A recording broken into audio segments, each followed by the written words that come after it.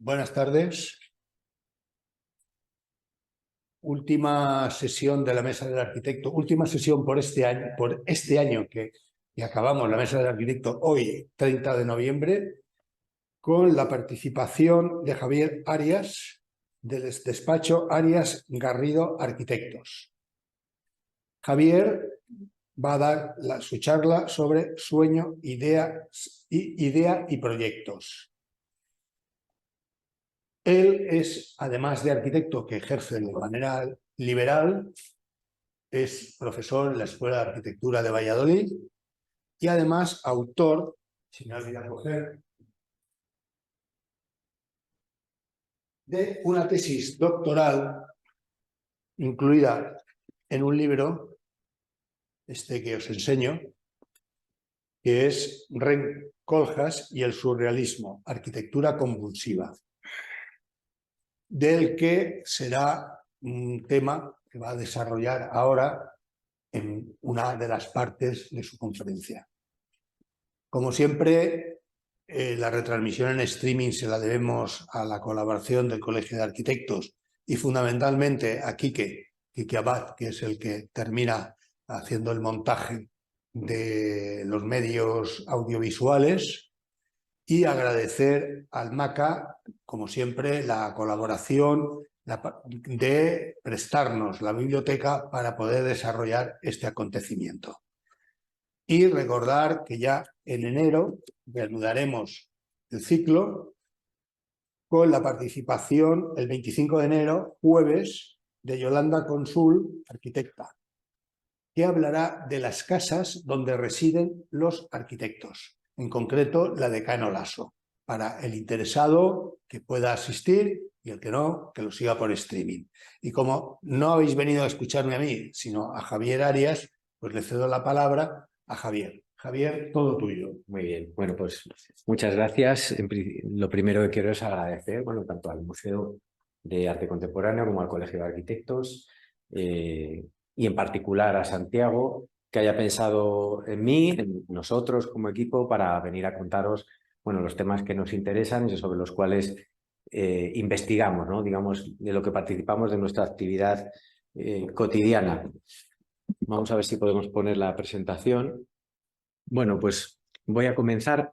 En primer lugar, decir que de lo que voy a hablar, pues para mí tiene cierta novedad, porque he dado varias charlas, he participado en algún congreso contando todo lo que concierne a Ren Koolhaas en la faceta que yo he investigado, que es su vinculación con el surrealismo y cuestiones perimetrales a estos aspectos de lo irracional, del inconsciente, etcétera. Y luego también he participado en algún evento de estas características para contar algunos de los proyectos que hacemos en el estudio, pero nunca había intentado vincularlo. Entonces, también para mí, bueno, pues supone una especie de esfuerzo adicional que es un reto que me parece interesante. Por razones de tiempo no voy a poder desarrollar todo lo que concierne a los proyectos como me gustaría, pero bueno, sí que una pincelada al final intentar, bueno, buscar una vinculación o por lo menos proponérsela o proponérosla a todos vosotros a ver si la encontráis y os parece acertado este hilo conductor que quiero hacer de sueño, como esta primera etapa investigadora, idea y proyecto al final como con estos ejemplos de obras que construimos. Bueno, esto para empezar y presentarme un poco, aunque ya lo ha hecho estupendamente Santiago. Esto es una captura de nuestra página web para presentarme yo quién soy. Soy Javier Arias, soy un arquitecto de Valladolid que trabajo fundamentalmente en la calle desde el año 98 haciendo proyectos de toda índole, ¿no? Ahí tenemos proyectos de nueva planta, rehabilitación, arquitectura efímera, en la cual tenemos un grupo de investigación y luego lo que es la propia investigación, ¿no? Entonces, bueno, todo eso forma esa cuadrícula compleja de la cual, bueno, pues es nuestro día a día. La parte de la derecha es esa investigación no solo sobre Ren Koolhaas, sino otros aspectos que nos interesan, como la arquitectura efímera, la sostenibilidad, y bueno, con la cual intentamos alimentar o encontrar puntos interesantes para ejercer nuestro trabajo diario como arquitecto. El motivo un poco de estar aquí es bueno, la publicación del libro del año pasado, Rencoljas y el surrealismo, que cierra un ciclo que se empezó más o menos allá por 2010, cuando empecé a trabajar en la tesis doctoral. Rencoljas y el surrealismo, arquitectura convulsiva es el título del libro. La tesis se llama Poética surrealista en la obra de Rencoljas. La tesis es el punto inicial. A partir de ahí, bueno, pues hemos desarrollado diversos trabajos como sacando pequeñas partes independientes, la relación de Rencoljas con el cine, con la deambulación errática surrealista, etcétera, etcétera. Y el libro supone, pues eso, como un cierre de ciclo, de recoger todas estas investigaciones y, bueno, pues ponerlas por escrito. Y hasta ahí hemos llegado con esto y a partir de ahora, bueno, la evolución de la investigación, que nunca se termina, pues me imagino que irá por otros derroteros. Por explicar un poquito esta vinculación en la que voy a profundizar entre Rencoljas y el surrealismo, voy a hacer dos pinceladas previas que creo que son interesantes. A lo mejor mucha gente, esto que voy a contar ya lo controla, ya lo sabe, pero bueno, creo que es interesante.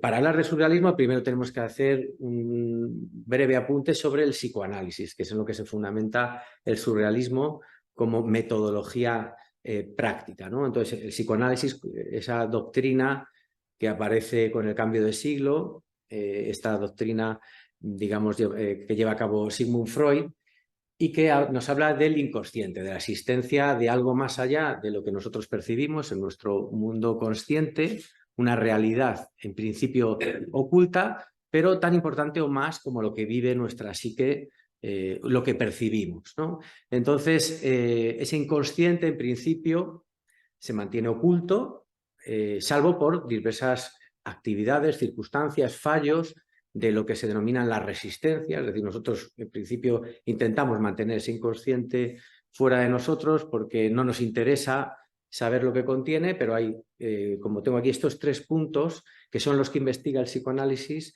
que es a lo que como metodología terapéutica de sanación, que es lo que es el psicoanálisis, al final estamos hablando de una doctrina clínica, investiga, ¿no?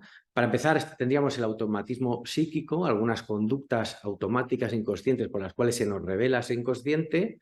Luego, evidentemente, tenemos todo el mundo de los sueños. Cuando estamos dormidos, esas resistencias de la vida despierta se relajan y entonces afloran hacia nuestra parte consciente todos esos mensajes. Luego veremos con una serie de transformaciones complejas que le permiten acceder a la conciencia. Y luego tenemos la locura como punto final, el enfermo mental que tiene de algún modo alterado o dañadas esas resistencias que nosotros, los sanos, vamos a decir entre comillas, tenemos perfectamente controladas y que permita que aflora esa parte inconsciente, ¿no?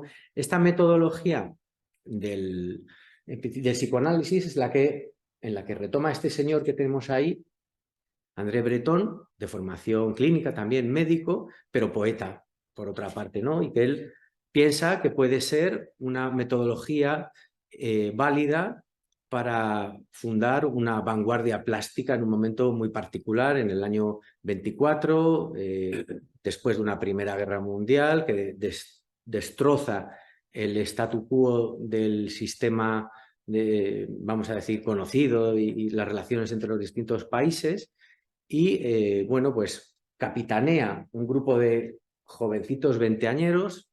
Él será, no sé si puedo apuntar con esto. Él tiene... No. ¿Sabes lo que pasa? El puntero láser, no sé por qué el plasma...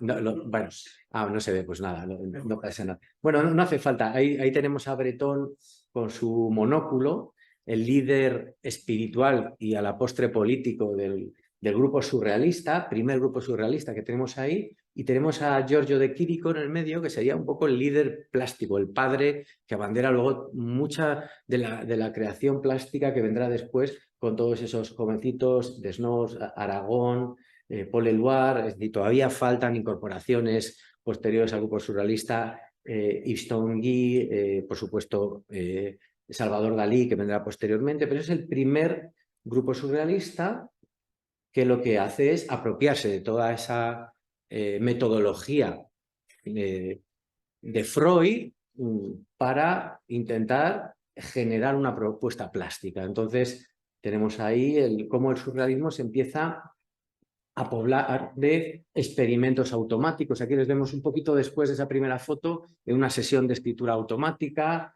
Robert Desnos en una especie de como hacía él, bueno, por los efectos de las drogas y del alcohol, poesía automática. Tenemos todo el mundo onírico en los cuadros de Yves Tanguy, aparecen esos efectos extraños, Magritte, Buñuel, es decir, toda esta creación de ese universo del surrealismo utilizando todas estas metodologías que propone el psicoanálisis y para una vertiente plástica, ¿no? Este es un pequeño apunte de lo que es el psicoanálisis, parte fundamental, y lo que son los puntos fundamentales también de la creación surrealista. Y avanzamos otros 20 años y en un Rotterdam completamente desolado por las bombas ya de la Segunda Guerra Mundial, pues nace el personaje del que voy a hablar fundamentalmente en esta charla, que es Rem Koolhaas. Ahí lo tenemos de joven. Lo primero que hay que decir, haciendo un apunte sobre la juventud de Koolhaas, es una juventud diferencial para alguien en esta época. No estudia en su Holanda natal, sino que de muy pequeño pues emigra a Yakarta por la vinculación que tiene su padre, que es Anton Koolhaas, que le vemos ahí a la derecha, con el gobierno de aquella época y sus vinculaciones con respecto a la emancipación, independencia de Indonesia con respecto a Holanda. Entonces, Koolhaas crece prácticamente como un salvaje en unos años en Indonesia y le interesa bastante poco lo que es la academia oficial, el colegio, los estudios oficiales, y le interesan otras cuestiones, ¿no? La vida nómada, salvaje, un poco al margen de lo establecido, y el interés por la cultura básicamente propiciado por su padre. Su padre no es cualquiera, es un escritor fundamentalmente de fábulas, y esto es una cuestión interesante, mensajes con una moral escondida, y ahí luego lo retomaremos esto hablando del surrealismo y estos contenidos ocultos que hemos dicho, y que fue director de la Academia Holandesa de Cine, también una cuestión relevante y que tiene mucho que ver con la primera etapa del Koolhaas cineasta, de la que hablaré brevemente. Entonces, al final, el universo cultural de este joven Rem Koolhaas está fuertemente marcado por el surrealismo en Holanda, que tiene un papel importante. Aquí hay algunas de las pinturas de artistas holandeses de aquella época, muy vinculados, como podemos ver, pues a Magritte, Salvador Dalí, es decir, un país donde este segundo surrealismo ligado al surrealismo francés triunfa bastante. Le interesa este surrealismo, pero también le interesa el arte que se da cuando él es joven, ¿no? El arte conceptual, Yves Klein, ahí vemos Manzoni y por supuesto Constant y el grupo Cobra, que también es pues, uno de los artistas más importantes de esta época y de los cuales Rem Koolhaas, ya cuando retorna ya como joven a Holanda, está muy pendiente. El interés por el cine es fundamental, cine un poco crudo o salvaje, más allá de la Nouvelle Vague, que también es una de las tendencias en estos años 60, que es cuando él, digamos, se forma como joven interesado por la cultura.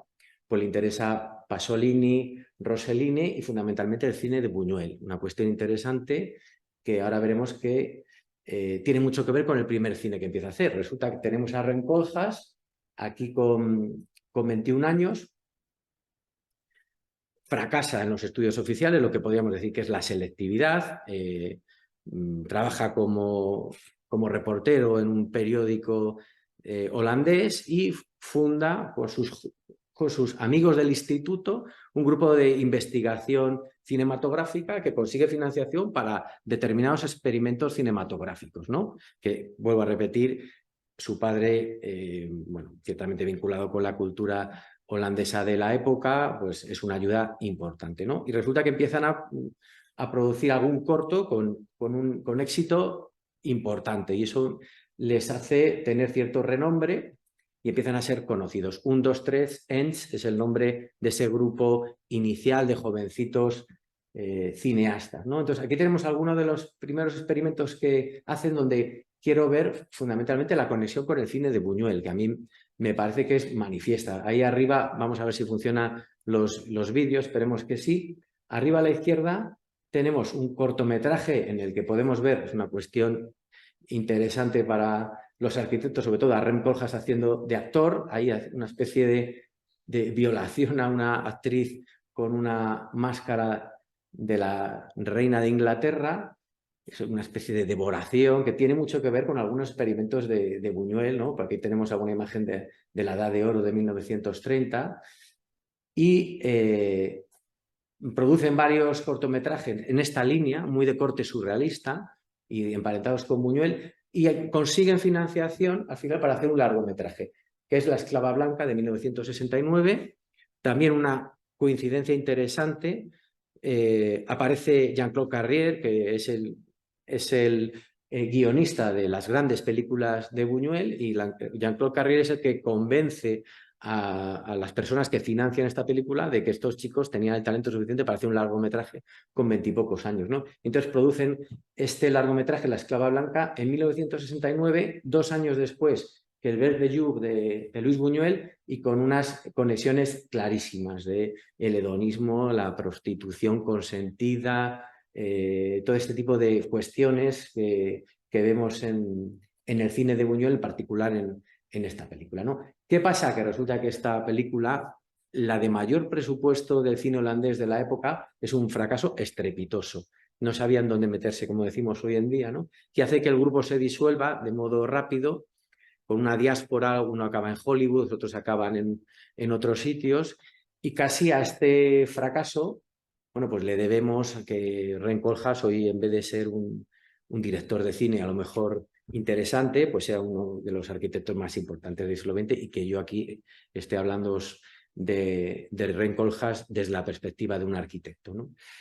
Bueno, a partir de este momento cambia la trayectoria de Rem Koolhaas y empieza a plantearse el ser arquitecto, cuestión que no se había planteado hasta el momento, aunque su abuelo fue un arquitecto de cierto renombre en Holanda, y se va a la Architectural Association de Londres a estudiar arquitectura con su novia, ¿no? Digamos que hay 2 factores fundamentales que luego veremos que tienen mucho que ver con el contacto de Rem Koolhaas y la arquitectura y la vinculación con el surrealismo. Una es esa parte previa de cineasta, y la segunda sería su vinculación con Maledon Brissendorf, de formación pintora, aunque luego después forma parte del primer OMA, hasta la separación primero profesional y después personal entre ellos.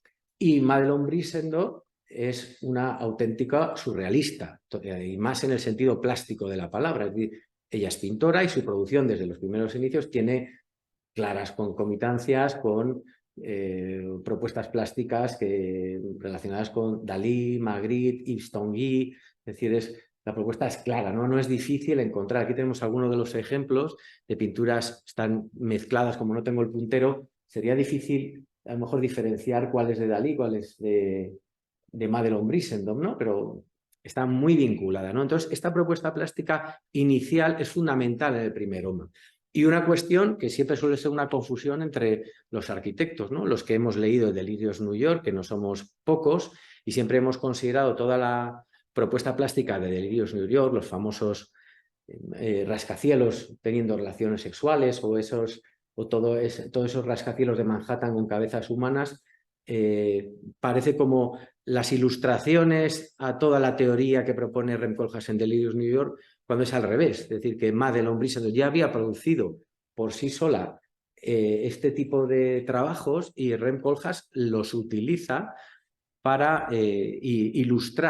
ilustrar su libro, ¿no? Es una cuestión que no se conoce demasiado.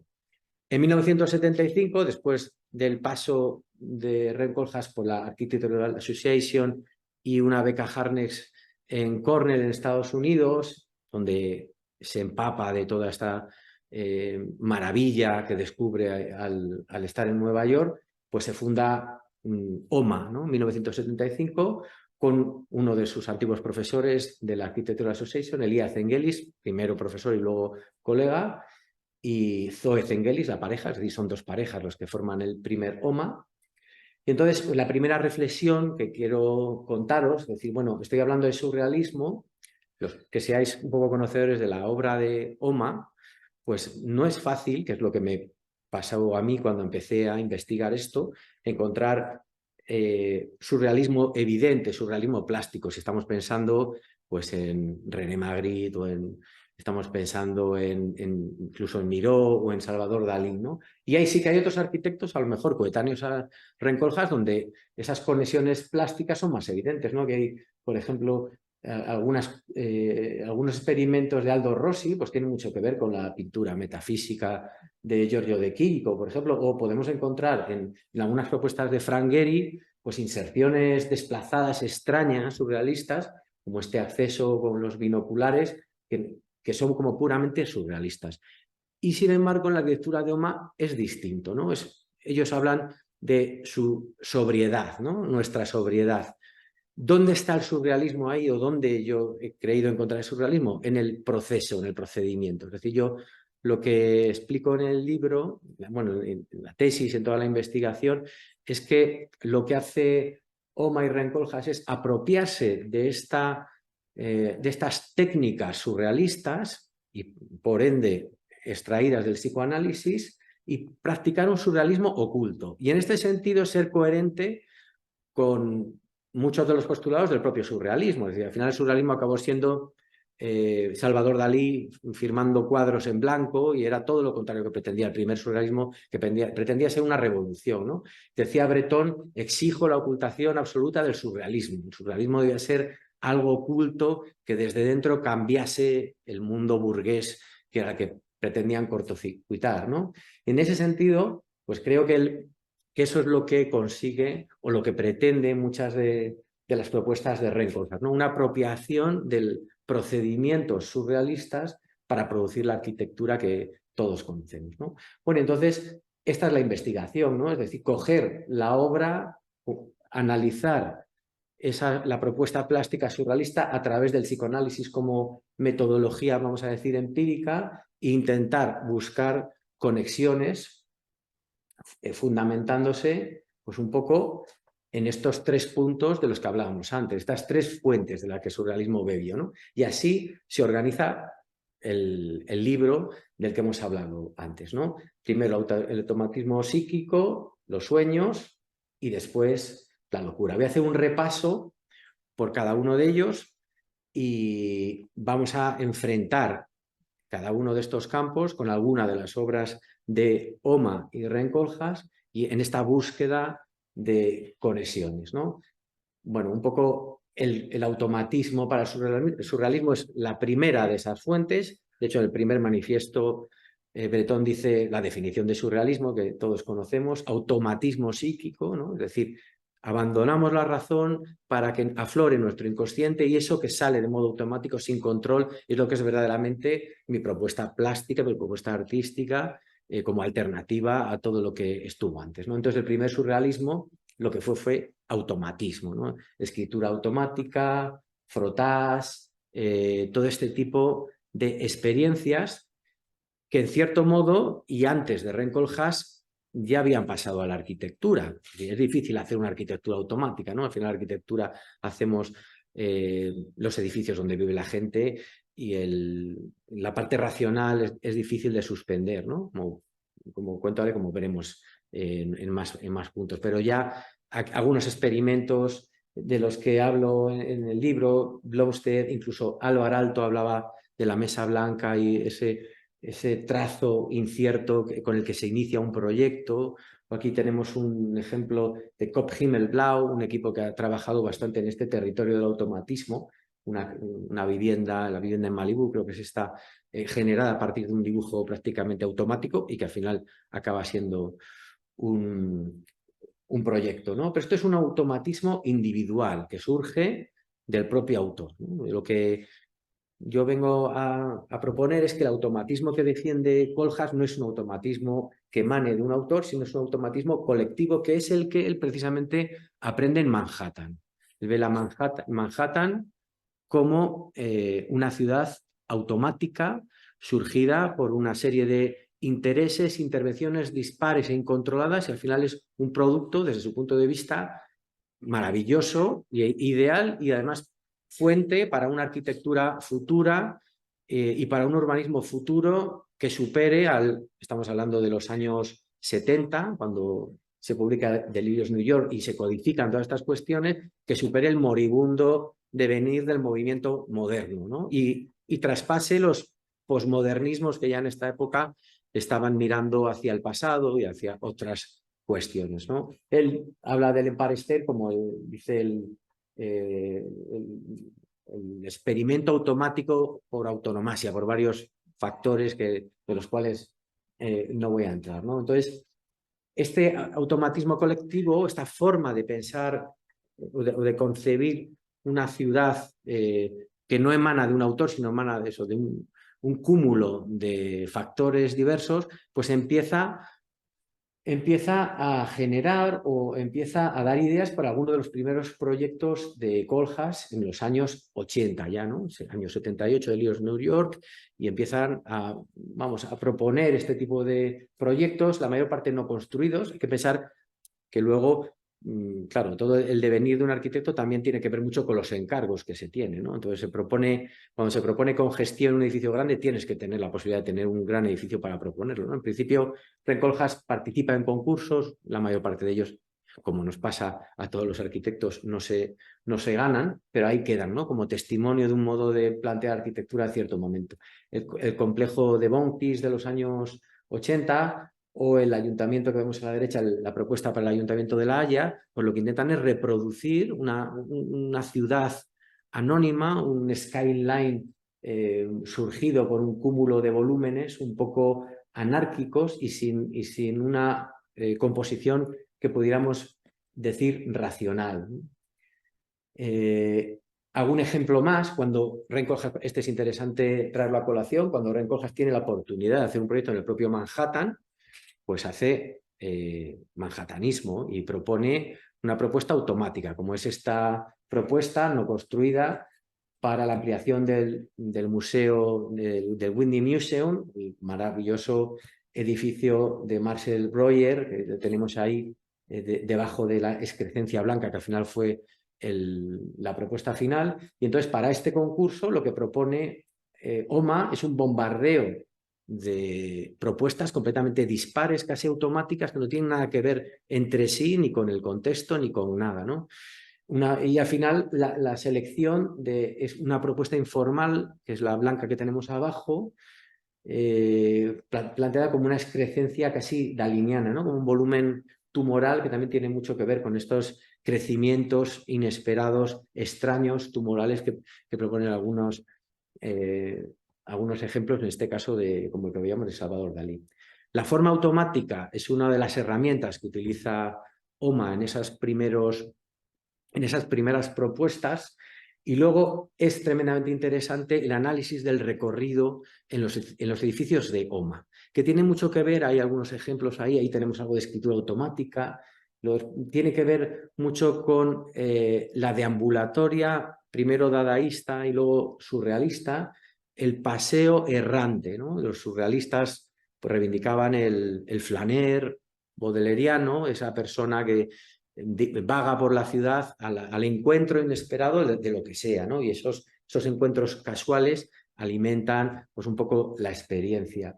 Entonces, yo aquí tenemos uno de los paseos, en este caso dadaísta, es un paseo de 1921, ahí tenemos a Breton todavía y al grupo Dada, y toda esta práctica se exporta al surrealismo, que siguen con estas prácticas de los paseos erráticos. Entonces, yo he tenido la osadía de inventarme esta palabra, la performance arquitectural, para enfrentarlos un poco a la promenade arquitectural corbusieriana, ¿no? Si en Le Corbusier habla de la promenade como esa forma de aprehensión de su arquitectura, necesaria de recorrer, pero necesaria de recorrer desde un punto de vista claro, racional, continuo, pausado.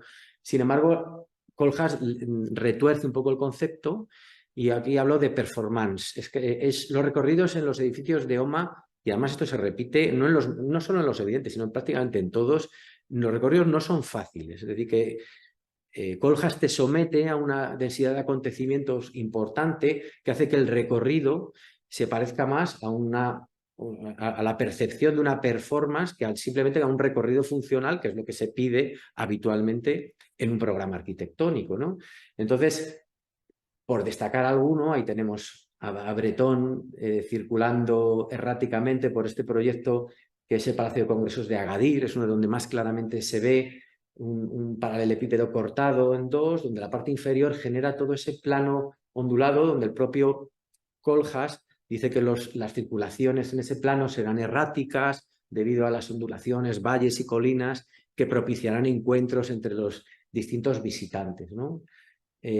Más proyectos donde el recorrido es uno de los aspectos importantes, pues el proyecto para la biblioteca de Jussieu, que es básicamente un recorrido transformado en un edificio. Bueno, en la maqueta ahí vemos, no existe el edificio, ¿no? Ni siquiera en estos esquemas que se plantean durante la ejecución, un proyecto no ganado, pero bueno, que ahí tenemos la maqueta y toda la documentación del concurso. El edificio no existe, es un recorrido transformado en arquitectura, pero no un recorrido racional. Ahí podemos ver la complejidad de ese juego de rampas interna que se aleja mucho de un recorrido de lo que podríamos decir racional.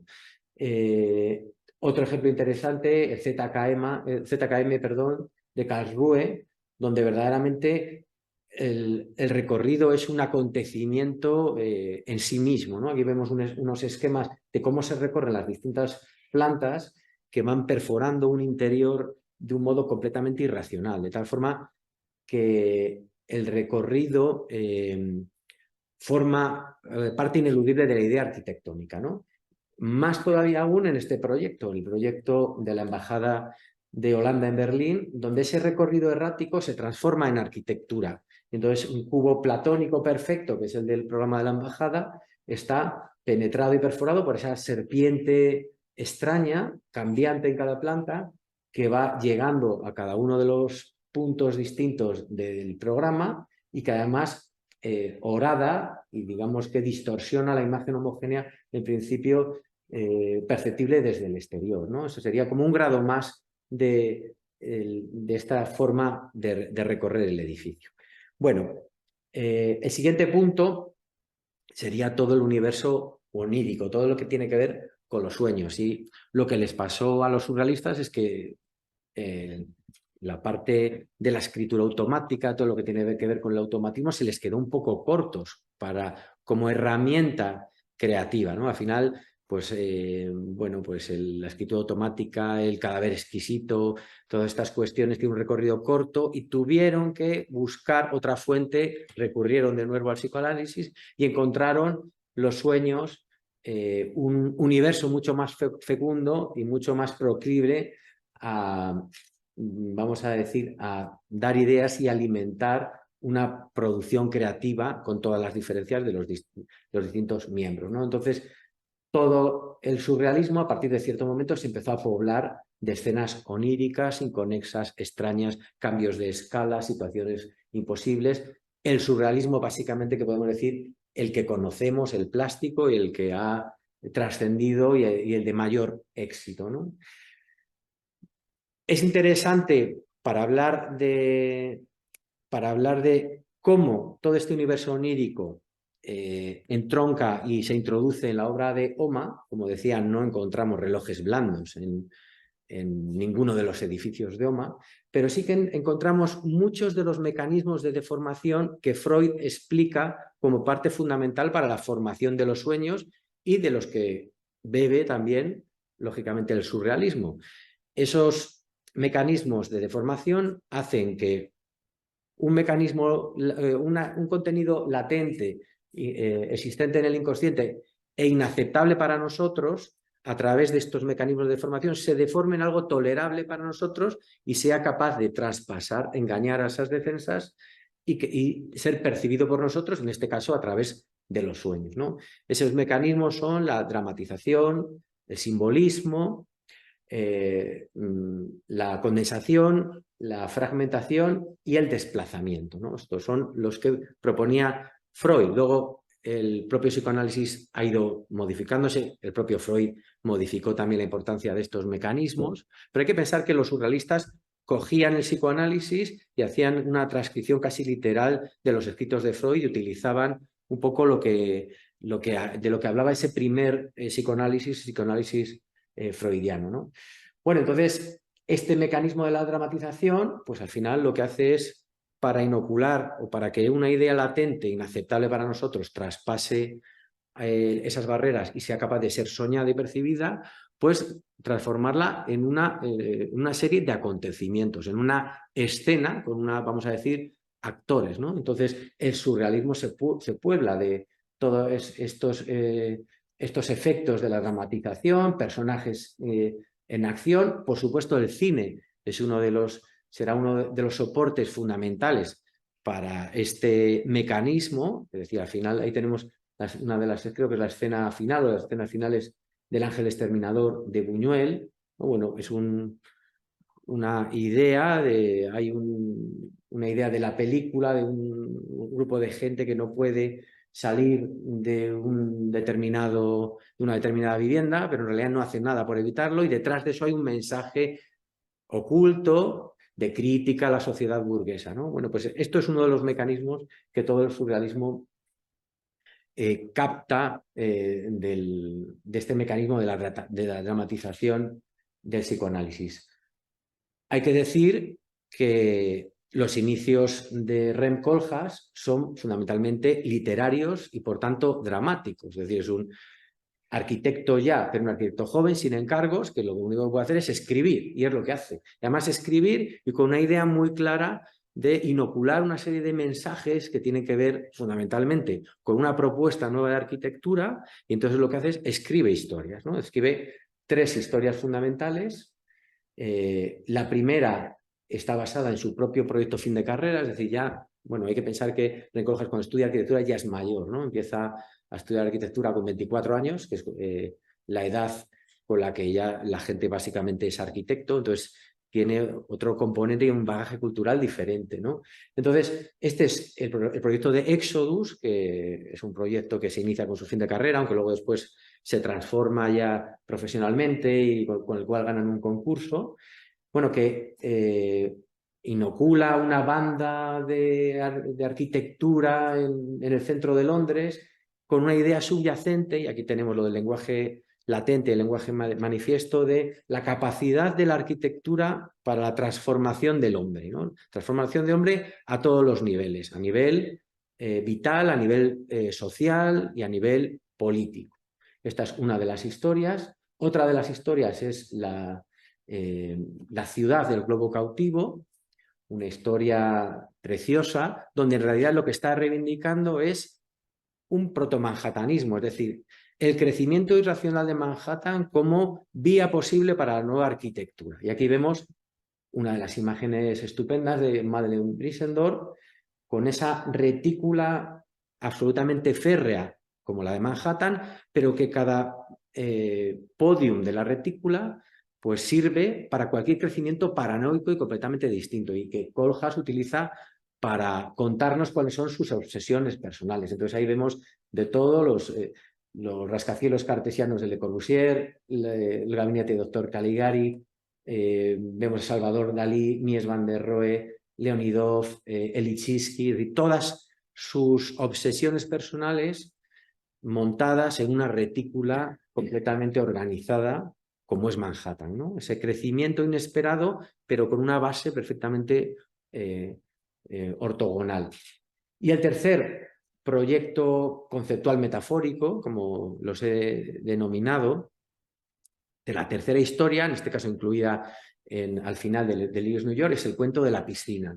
El cuento de la piscina, que también tiene un mensaje, que es su reivindicación del constructivismo ruso como la vanguardia que no pudo ser por el cambio político en la Unión Soviética y la llegada del estalinismo, que acabó con todos estos experimentos iniciales, y que a él le parece que toda esa experimentación tendría cabida, por ejemplo, en la sociedad capitalista expresada en Nueva York, ¿no? Entonces, la historia que la conoceréis, pues unos estudiantes de arquitectura que construyen una piscina flotante, oxidada de hierro, ahí lo tenemos, una acuarela de Madeleine Brissendorf, y que empiezan a nadar y el movimiento interno de los nadadores pues hace que la piscina empiece a nadar y atraviesan el océano y llegan a Manhattan. Y entonces la piscina llega a Manhattan, una especie como, tengo ahí como un espermatozoide intentando fecundar el óvulo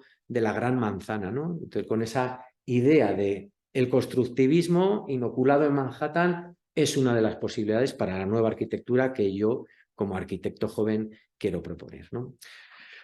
Bueno, el segundo de los mecanismos es el simbolismo, el gran mecanismo, uno de los grandes mecanismos del surrealismo, y tiene mucho que ver con el de la dramatización. La dramatización, en el fondo, tiene un recorrido corto, sirve poco para construir edificios, ¿no?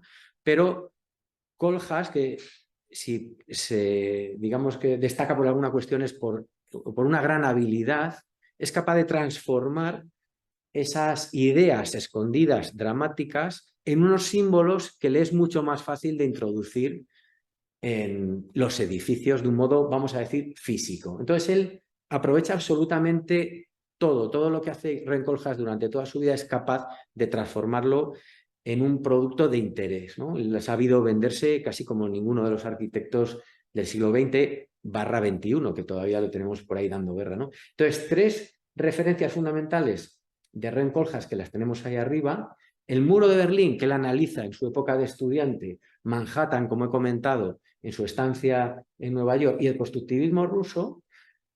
Con ellas produce tres documentos de investigación: el muro de Berlín, un documento académico, que es el muro de Berlín como arquitectura, que fue un fracaso a nivel escolar, pero que a él le sirve muchísimo y de gran, vamos a decir, aparece de modo predominante en mucha de su arquitectura. Manhattan digamos que le permite escribir The Leaders of New York, y el constructivismo, pues una investigación sobre Leonidov también con una serie de publicaciones. A partir de estos tres puntos de investigación, genera esos tres cuentos de los que hemos hablado antes, dramáticos, Éxodus, la ciudad del globo cautivo, y el cuento de la piscina. Y después es capaz de traducir esos tres mensajes dramáticos en tres símbolos que inocula una y otra vez en sus proyectos. El muro simbólico, el huevo, que veremos que aparece en cantidad de edificios de OMA, y la piscina. El muro, el huevo y la piscina. El muro simbólico, el muro entendido como una franja de vacío que él descubre cuando va a Berlín, que dice: yo pensaba que el muro de Berlín era un muro, y me doy cuenta que no, que es una banda de ausencia, pero que esa ausencia genera una polaridad entre ambos lados del territorio que a él le parece maravillosa, ¿no? Y le parece además que es un punto de arranque de muchos proyectos, muchos de ellos sobre todo a escala territorial. Aquí tenemos algunos de ellos, tampoco voy a entrar mucho por no enrollarme, a distintas escalas, ¿no? El muro simbólico, el muro longitudinal y el muro atravesado. Le fascina también cómo todos estos intentos, volviendo al muro de Berlín, de atravesar el muro de Berlín, que supone atravesar una serie de barreras militares, escapar fundamentalmente del lado, vamos a decir, soviético al otro lado, y en la cual puedes jugar la vida, ¿no? Entonces, ese muro atravesado también alimenta cantidad de proyectos. Aquí tenemos dos abajo: la Casa Speer de los años 80, y sobre todo su proyecto para la Biblioteca Nacional de Francia, que lo tenemos abajo a la derecha, proyecto que, como sabemos, ganó Dominique Perrault, en una propuesta también fabulosa, pero con otros intereses, donde él propone una serie de muros paralelos de hormigón armado que son atravesados de modo incluso violento por una serie de cuerpos extraños que son los habitantes del edificio. El segundo gran símbolo que utiliza OMA profusamente será el del huevo, evidentemente, y esto es conocido por todos, de gran trascendencia en el surrealismo a nivel plástico, René Magritte y fundamentalmente Salvador Dalí. Todo el que haya ido al Museo de Figueras habrá visto los huevos coronando, es decir, para Dalí El huevo significa el renacimiento, sobre todo él lo vincula a su encuentro con Gala y la nueva persona que es él después de conocer a Gala, simbolizado en el huevo, ahí lo tenemos en una fotografía, y cómo el huevo alimenta mucho de su producción plástica, pero es que tenemos el huevo en importantes proyectos de OMA. Para empezar, en el diseño del logotipo fundacional de OMA, ahí lo tenemos del año 75, para el que eligen un huevo del que eclosiona una especie de rascacielos un poco genérico, un poco Hilbersheimer, como la nueva arquitectura que nace, ¿no? Con esta idea que ellos tenían de tenemos que renacer, hay que proponer una nueva arquitectura en estos años 70, porque todo lo anterior, pues digamos que no ha funcionado como debería haber funcionado, ¿no? Entonces empezamos a encontrar el huevo bidimensionalmente y tridimensionalmente en importantes proyectos de OMA, ¿no? Ahí tenemos una planta del intercambiador de Lille, tenemos el intercambiador de Seabrook, donde vemos un huevo invertido preñado de un pequeño rascacielos.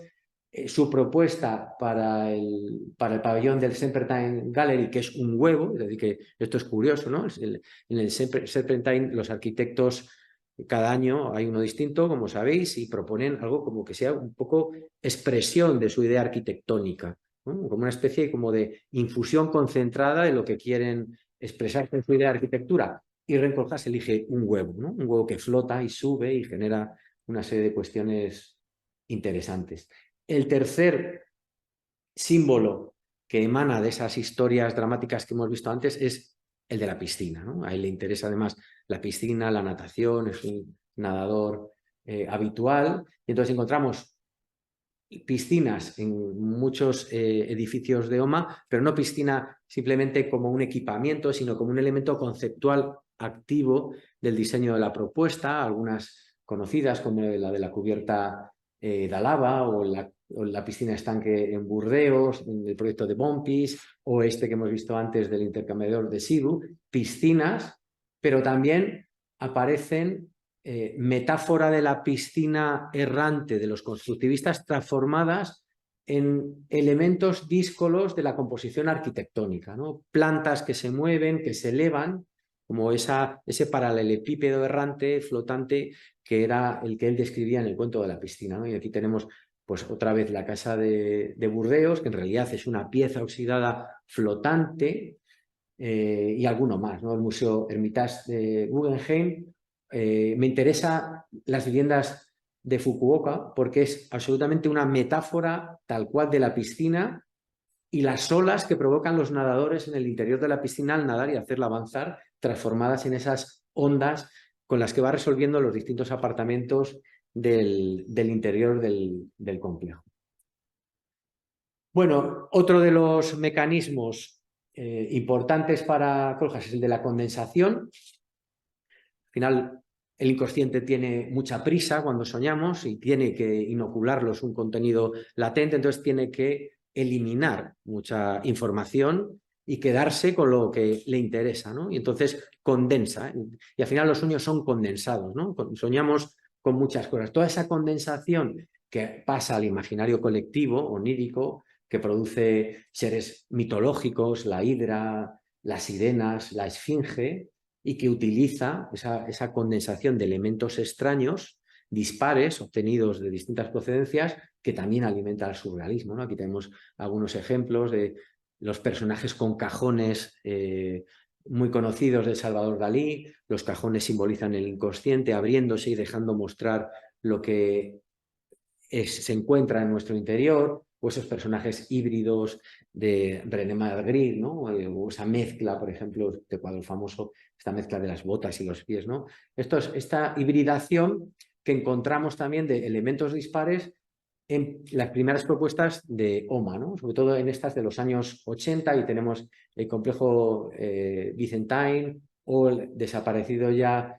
Teatro de Danza de la Haya, donde hay una superposición de elementos cogidos, como dice Rafael Moneo, como casi como un cóctel de elementos dispares, ¿no?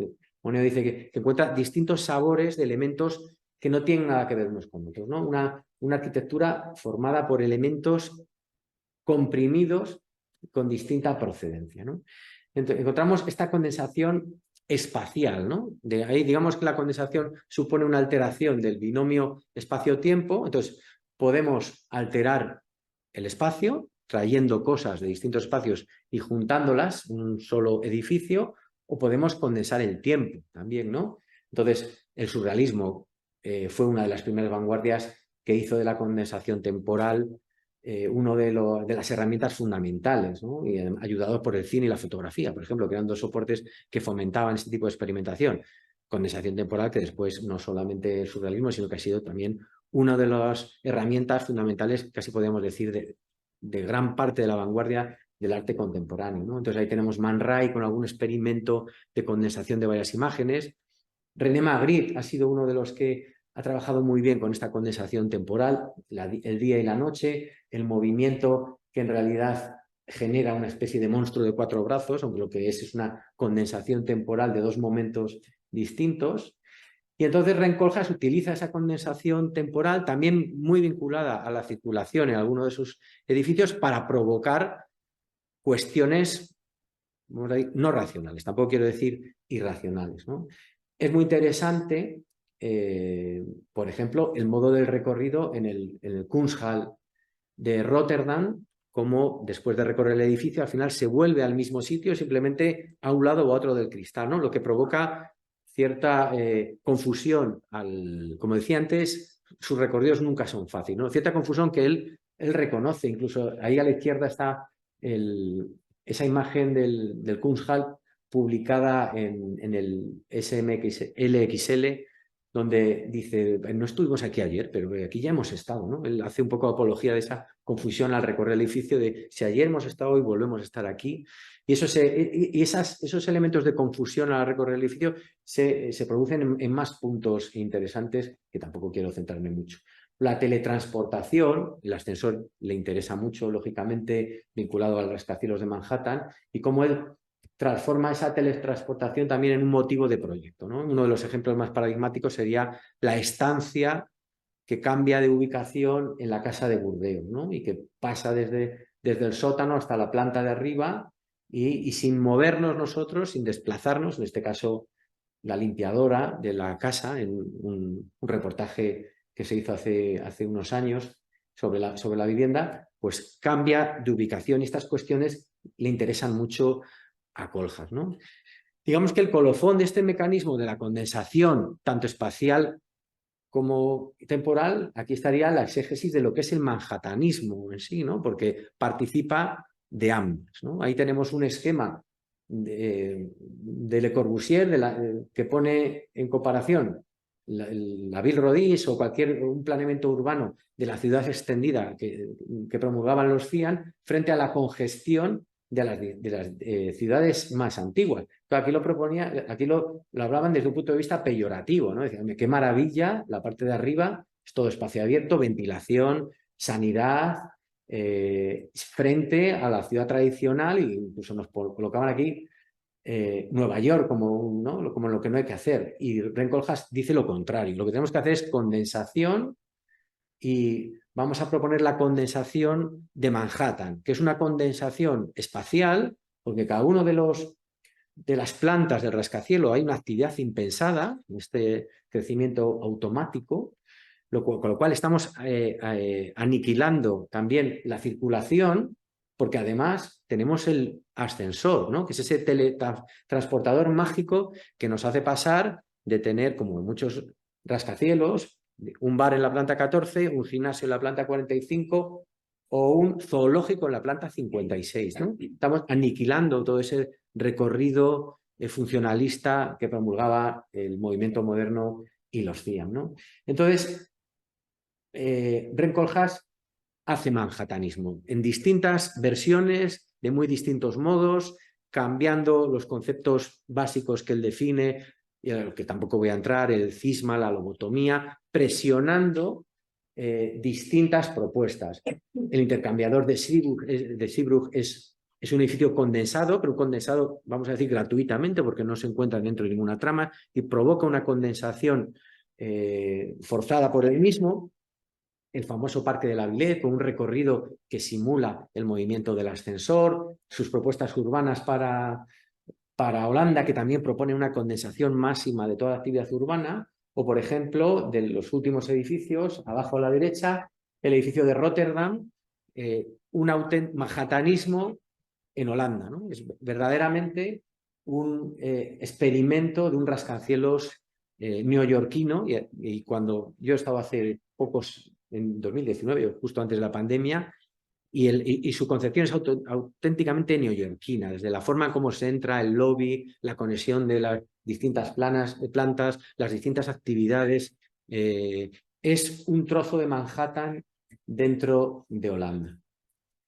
Bueno, como el siguiente de los... Este voy a pasar un poco rápido. También vinculado a la condensación viene la fragmentación, es decir, cuando condenso, elimino información, entonces el producto es fragmentario.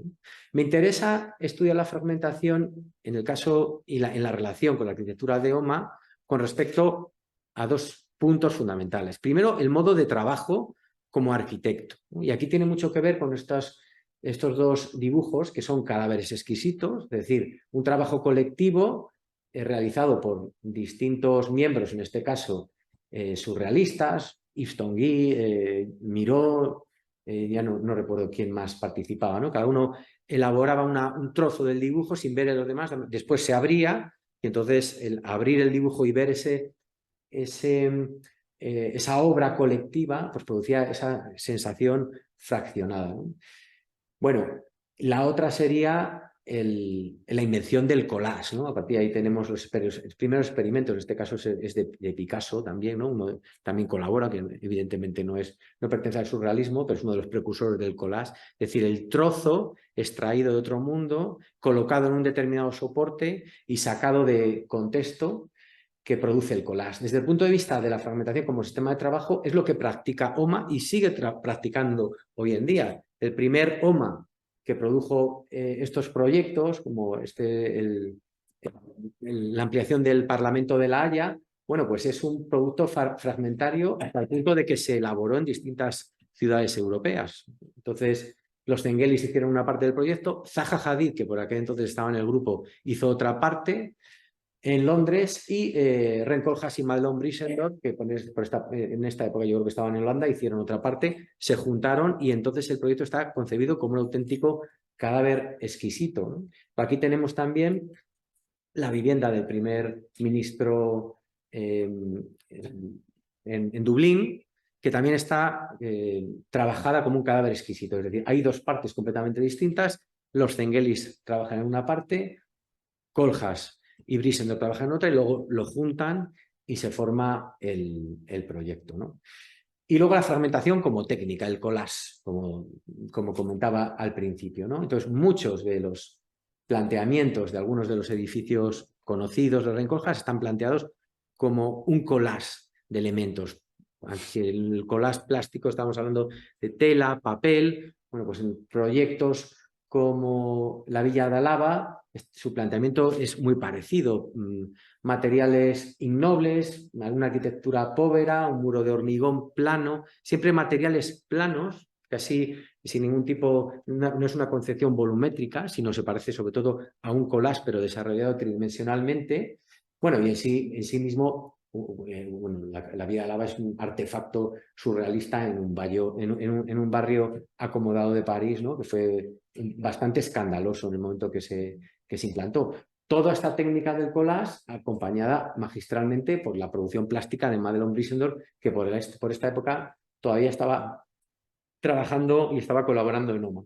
Algún ejemplo más de proyectos claramente fragmentarios, pues el Congrespo de Lille, unos fragmentos casi como trozos de papel, que ya esa condición fragmentaria ya se adivina en las primeras maquetas de la propuesta y que después se lleva hasta sus últimas consecuencias, ¿no? La construcción constructiva no existe el detalle constructivo, existe la justaposición, no existe la junta, el concepto del embellecedor, la junta de sombra, sino que los materiales crudamente se justaponen unos a los otros.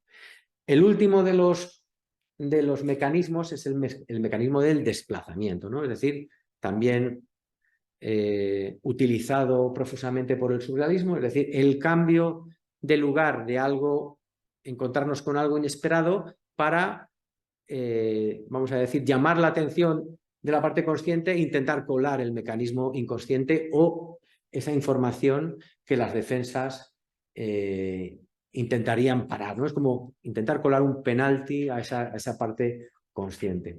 En estos mecanismos de desplazamiento plástico que en el surrealismo pues, provocan el objet trouvé, el détournement, veremos también el trompe-l'œil, pues aquí analizando el objet trouvé es clara la intención de muchos de los edificios de Rencoljas de separarse de la imagen tradicional del edificio, de ser otra cosa, una cosa misteriosa, una especie de artefacto que se coloca ahí al margen del contexto, ¿no? Rencoljas dice textualmente que se joda el contexto, ¿no? en algún momento. Eso es lo que pensó cuando desarrolló la idea para la Casa de la Música de Oporto, ¿no? Que se joda el contexto, no tiene nada que ver, es un artefacto que parece que ha caído ahí y que no dialoga en absoluto con el entorno circundante. Otros edificios conocidos, el CCTV, la Biblioteca de Seattle, o a la derecha aquí abajo el Prada Transforme, que sería el paradigma del objet trouvé, es una especie de artefacto de plástico que además es móvil y puede cambiar de posición, diseñado para Prada en Seúl y que, bueno, pues como digo, se separa o intenta separarse de la idea tradicional de edificio.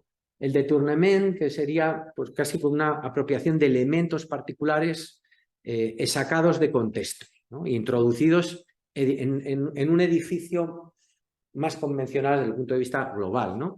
Entonces, el cambio, por ejemplo, de unos pilares en el Kunsthal, como vemos ahí, para los cuales utiliza unos troncos de madera o una barandilla. El Kunsthal es uno de los, para mí, de los proyectos más ricos de OMA, de los de mayor éxito y los más fecundos, no solo hablando de surrealismo, sino de otras cosas, ¿no? Y de los que más se encuentran. Es decir, que el Kunsthal solo podía ser objeto de una tesis doctoral o de varias, ¿no? Porque son muchas las lecturas, muchas las miradas que pueden permitir acercarse a este edificio, ¿no? Un desplazamiento como esas extrañas esculturas, el camello y el beduino pululando por la cubierta del Kunsthal. Otro de los desplazamientos que encontramos también de modo importante en gran parte de la arquitectura de OMA es el trompe-l'œil, es decir, que nos engañe desde el punto de vista material, ¿no? Esto aquí yo investigo en particular en mi condición de profesor de construcción, el detalle constructivo en la obra de OMA y son importantes, ¿no? los ejemplos que nos encontramos, ¿no? Aquí he traído a colación algunos de los más claros, ¿no? Desde allá arriba que tenemos un pabellón de Barcelona falso que elabora en la Trienal de Bienal de 1986 con plástico, metacrilato y telas.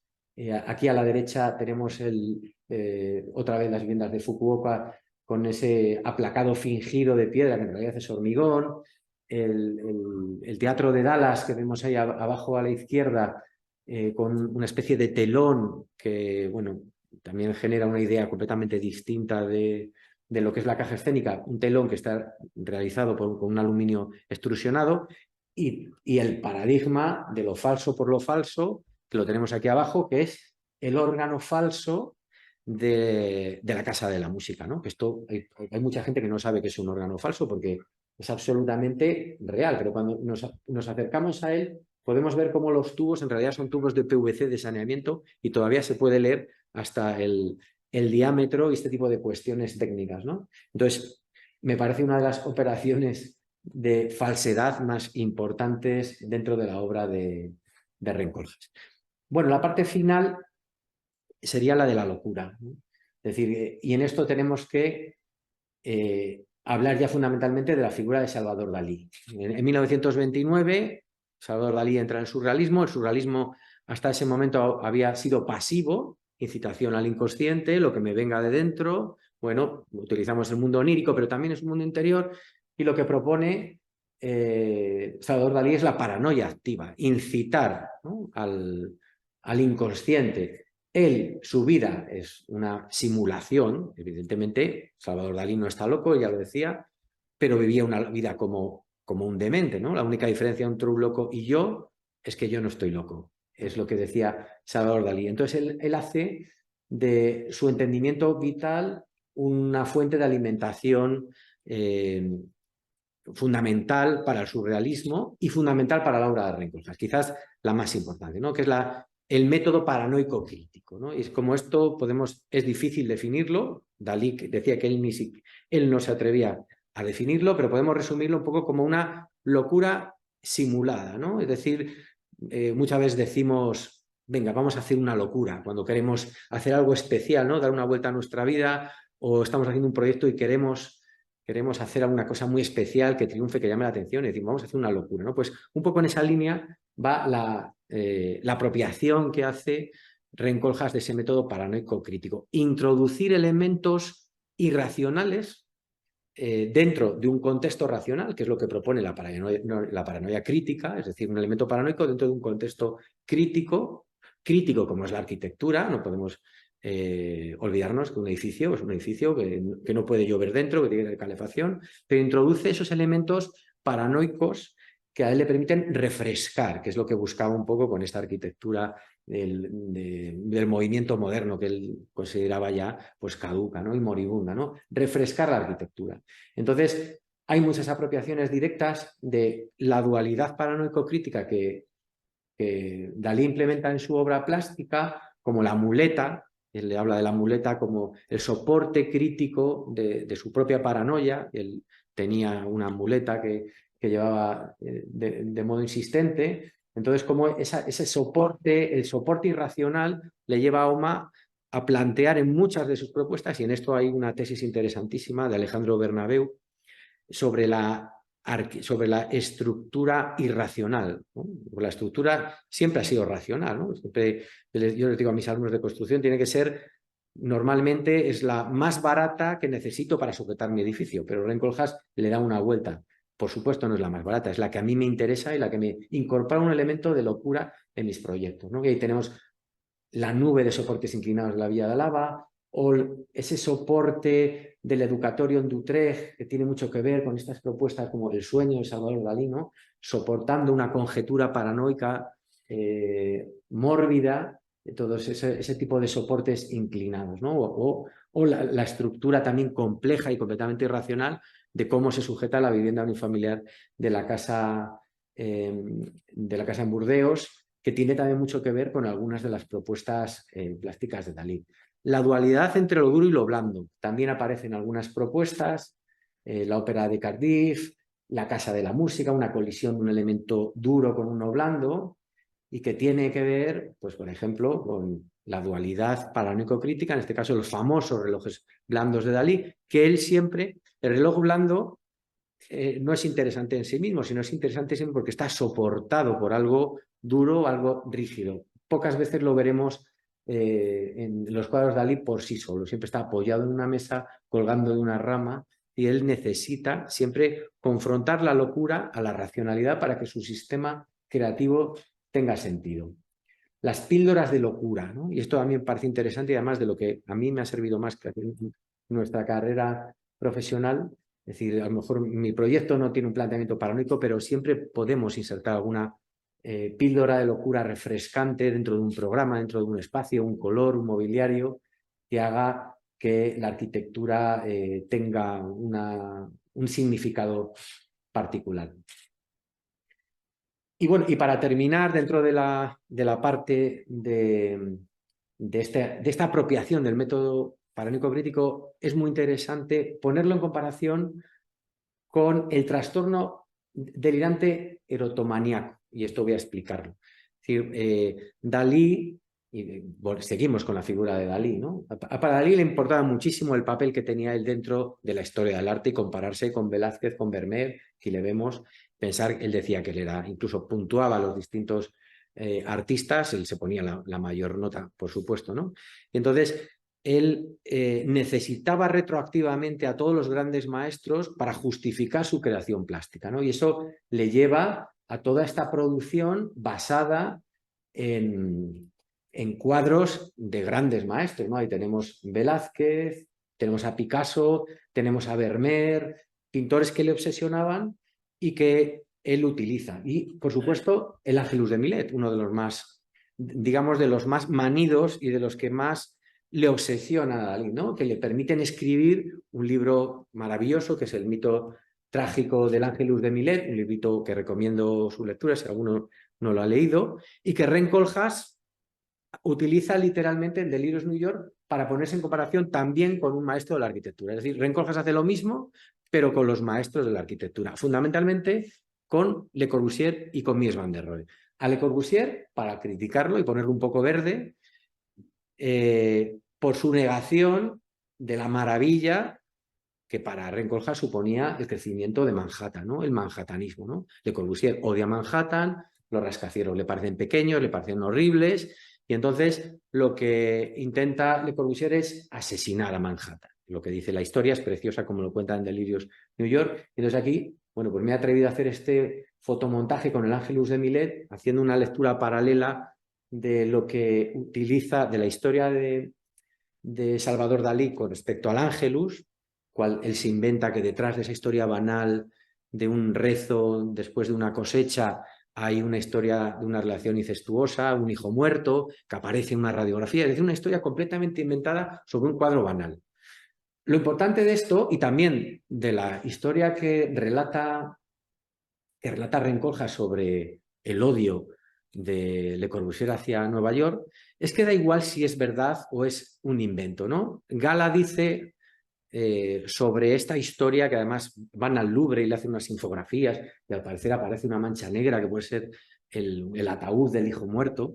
Gala lo que dice, bueno, si todo esto es verdad, qué maravilla, ¿no? Dice, pero si es falso, mejor todavía. Si al final es una creación del espíritu, es todavía mucho mejor, porque esta creación del espíritu nos hace percibir el cuadro de un modo distinto. Si nuestra percepción cambia porque ha habido un loco que ha inventado una historia sobre ese cuadro, nos la ha contado, y cuando nosotros ahora vemos el Ángelus de Millet, yo cuando veo el Ángelus de Millet, pues ahora lo veo completamente distinto desde que sé lo perverso de la historia que elucubró Dalí sobre él, ¿no?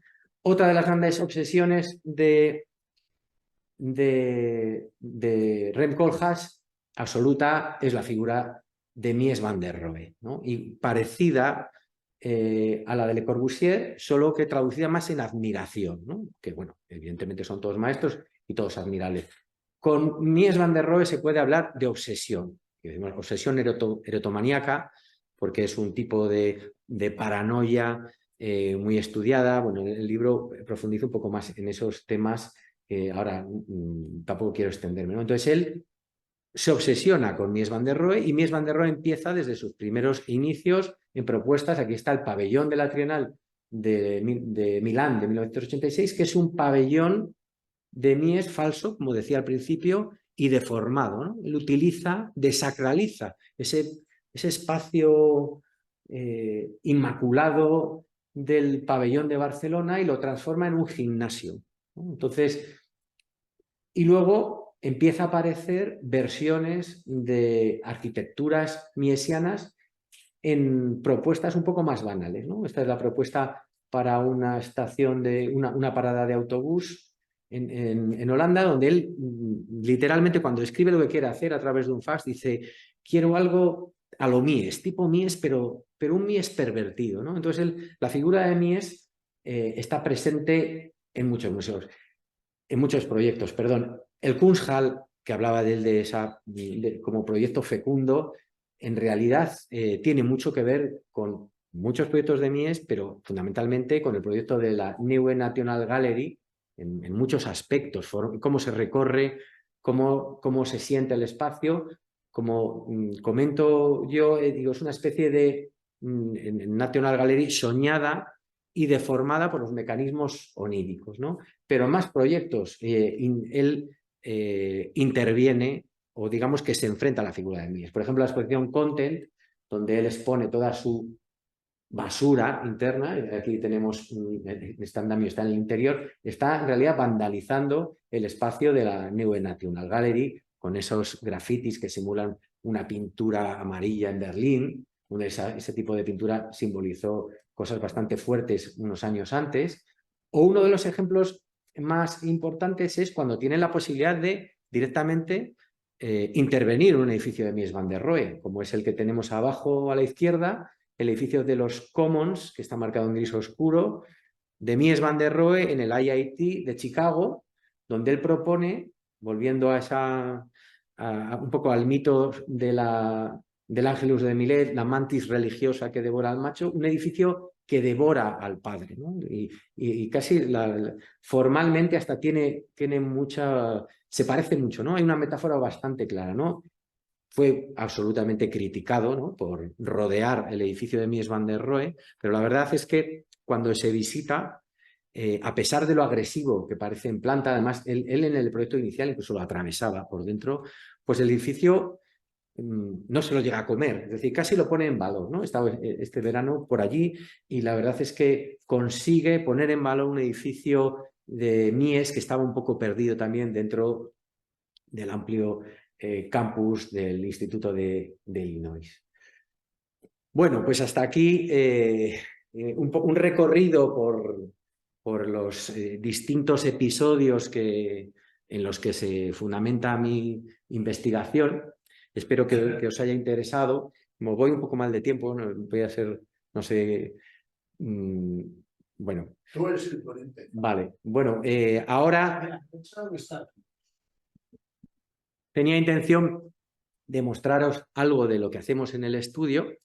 Bueno, no tiene mucho sentido que hable de una perspectiva vinculada a la arquitectura de OMA. OMA hace su arquitectura y nosotros hacemos la nuestra. Nuestro estudio es un poquito más modesto y nuestra producción un poquito más modesta también y pequeña, pero sí que hay un aspecto fundamental que creo que hemos aprendido y es estas cuestiones, esto que os he dicho antes de, venga, vamos a hacer una locura, ¿no? De dudar siempre de lo establecido, de lo preconcebido e intentar sorprender en conceptos más grandes o en detalles. Esta idea siempre de refrescar, ¿no?, que era un poco lo que buscaba el surrealismo inicial, lo que buscaba el método paranoico crítico, un descrédito, como decían los surrealistas, descrédito de todo lo interior y cortocircuitar el sistema burgués, creo que decían textualmente, algo parecido, ¿no? Entonces, bueno, he traído varios ejemplos, un poco de lo más pequeño a lo más grande y de distintos ámbitos. Y bueno, los he vinculado como a un concepto, ¿no? Esto lo he hecho ahora, evidentemente, cuando pensamos, esto fue un taller de 2014 que hicimos para alumnos de arquitectura, pues yo tampoco pensaba en Rem Koolhaas, ¿no? Sobre todo porque esto es un trabajo colectivo de un grupo que tenemos de investigación que se llama Ephemeral, que hemos hecho varios prototipos de arquitectura efímera, sobre todo en la época de la crisis, que teníamos menos de los otros proyectos que te dan de comer, y estos dan menos de comer, pero enriquecían mucho también en otros sentidos, ¿no? Entonces, esto fue en un festival en Covarrubias de construcción, como digo, con alumnos de arquitectura, y lo vinculo al de Tournement porque planteaba, digamos, la colonización parásita de un autobús urbano en la plaza del pueblo, a través de una arquitectura parásita hecha con cartón, ¿no? Entonces, bueno, nos interesó mucho que los organizadores del festival fueron capaces de conseguir un autobús urbano y llevarlo ahí. Entonces ya casi nos parecía que no había que hacer nada. Es decir, el hecho de colocar un autobús que no funcionaba, desde Burgos lo llevaron remolcado, y colocarlo en medio de un pueblo, en una plaza medieval, ya nos parecía maravilloso, ¿no? Sobre todo el sábado por la mañana, cuando lo vimos rodeado de todo el mercadillo, y me imagino para descontento de todos los vendedores ambulantes, ¿no? Este fue, como decíamos nosotros, el primer momento de detournement, ¿no? De tournement. Y el segundo momento fue el de la construcción de toda esta estructura parásita en cartón, bueno, porque intentaba experimentar con un espacio preconcebido, bueno, un divertimento espacial y sobre todo pues un trabajo con alumnos que generó pues alguna foto así interesante con alguna iluminación nocturna. Era casi como una atracción de feria para los habitantes de Covarrubias, ¿no? Que entraban por una puerta, pasaban como por el túnel del terror y salían por la puerta de atrás de este espacio del autobús transformado en otra cuestión, ¿no? Esto es un edificio de 2009 en Tordesillas, en Valladolid.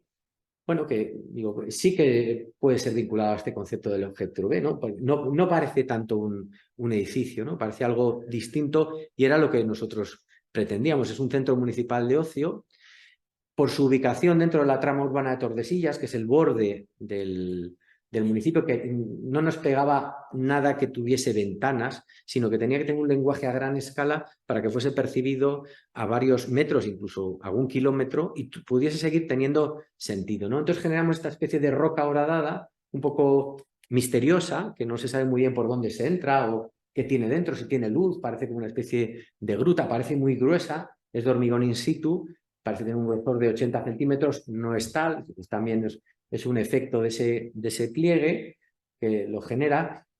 Y bueno, como os decía, ese lenguaje a gran escala, bueno, bueno, pues deviene de algunos intereses del estudio de aquella época, una especie como de gran roca horadada que, como os comentaba, se coloca en el borde exterior y construye el límite de una zona nueva de Tordesillas. Es un centro de ocio para los jóvenes. Aquí vemos, esta sería la foto desde la autovía, se ve bastante la autovía, entonces cuando nos apetecía algo, pues eso, como os decía, que se separase de la imagen tradicional del edificio. El programa es pequeñito, más pequeño de lo que parece, porque es un edificio muy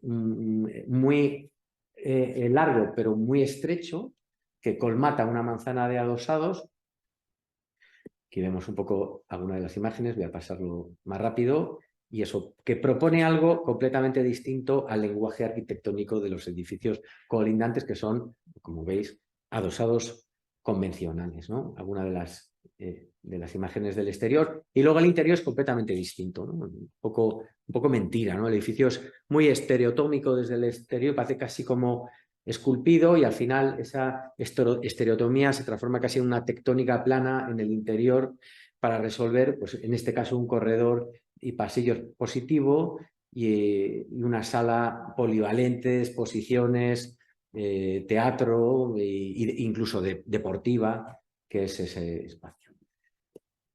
Otro de los edificios más reciente, bueno, que podría estar vinculado a la fragmentación. Bueno, esto yo lo lanzo, ¿no? Esta equiparación, ya os digo que es una propuesta nuestra y, bueno, desde el punto de vista paranoico crítico, pues es válida, ¿no? Como decía Gala, si es cierto, pues está muy bien, y si es falso, pues mejor todavía, ¿no? Así que me ha apetecido ahora volver a revisitar estos edificios desde esa óptica que antes no lo había hecho de un modo explícito. Esto es un edificio en Arroyo de la Comida, al lado de Valladolid, y nosotros también tenemos, al igual que OMA, nuestra Casa de la Música y el Teatro, que es un poquito más pequeña, que está formada por ese cúmulo de cajas que resuelven el programa. La más grande es un auditorio, y después las pequeñas lo que conforman es una escuela de música, ¿no? Entonces, esa formalización fragmentaria en realidad responde, pues, a intentar integrar un programa bastante importante en un entorno natural, intentar huir de un gran volumen. Y luego, pues, había una referencia metafórica a las notas musicales colocadas como una especie de pentagrama que podía ser el territorio, ¿no? Entonces, las cajas se colocan como notas. La metáfora musical está en otros puntos del interior, también insertada en notas musicales en el pavimento, algunos elementos de división de los espacios. Aquí vemos la planta, el gran auditorio a la derecha y las distintas cajas de la casa de música a la izquierda, y alguna imagen del interior. Este es un corredor con una vocación urbana, que es el que cose las distintas cajas, que cada una tiene el programa que se nos pedía en el concurso, luego proyecto, la orquesta que existe en Arroyo, la banda de música, zonas de ensayo, percusión, etcétera, etcétera. Aquí tenemos algunas de las salas, como os decía, estas inserciones, notas musicales en el pavimento, bueno, metáforas que van incorporándose a los distintos espacios en los cuales no me voy a detener por no intentar alargar demasiado, ¿no? Paso estas imágenes para que veáis un poco el espacio interior. Este es el hall de acceso al auditorio. Este es la zona del auditorio. Bueno, una visión fragmentada de todos esos elementos musicales, una clave de sol que nos resuelve una barandilla, un peto tratado como un arpa, bueno, esas notas musicales insertadas. Y para terminar, también uno de los últimos proyectos es un espacio joven en Valladolid, un edificio para la juventud. Y bueno, la vinculación con el automatismo, pues me ha parecido modestia aparte, creo que bastante acertada. Tampoco lo habíamos planteado desde ese punto de vista, por dos motivos. Este es una rehabilitación de un edificio existente, un equipamiento en un barrio construido, un barrio social de los años 50 de Valladolid. Este era el edificio que siempre había tenido una vinculación social a distintas instituciones, la Universidad de Valladolid, el Ayuntamiento, y entonces se propone la intervención y colocar un espacio joven, un equipamiento para que los jóvenes hagan teatro, ensayo, música, estudien y este tipo de cuestiones.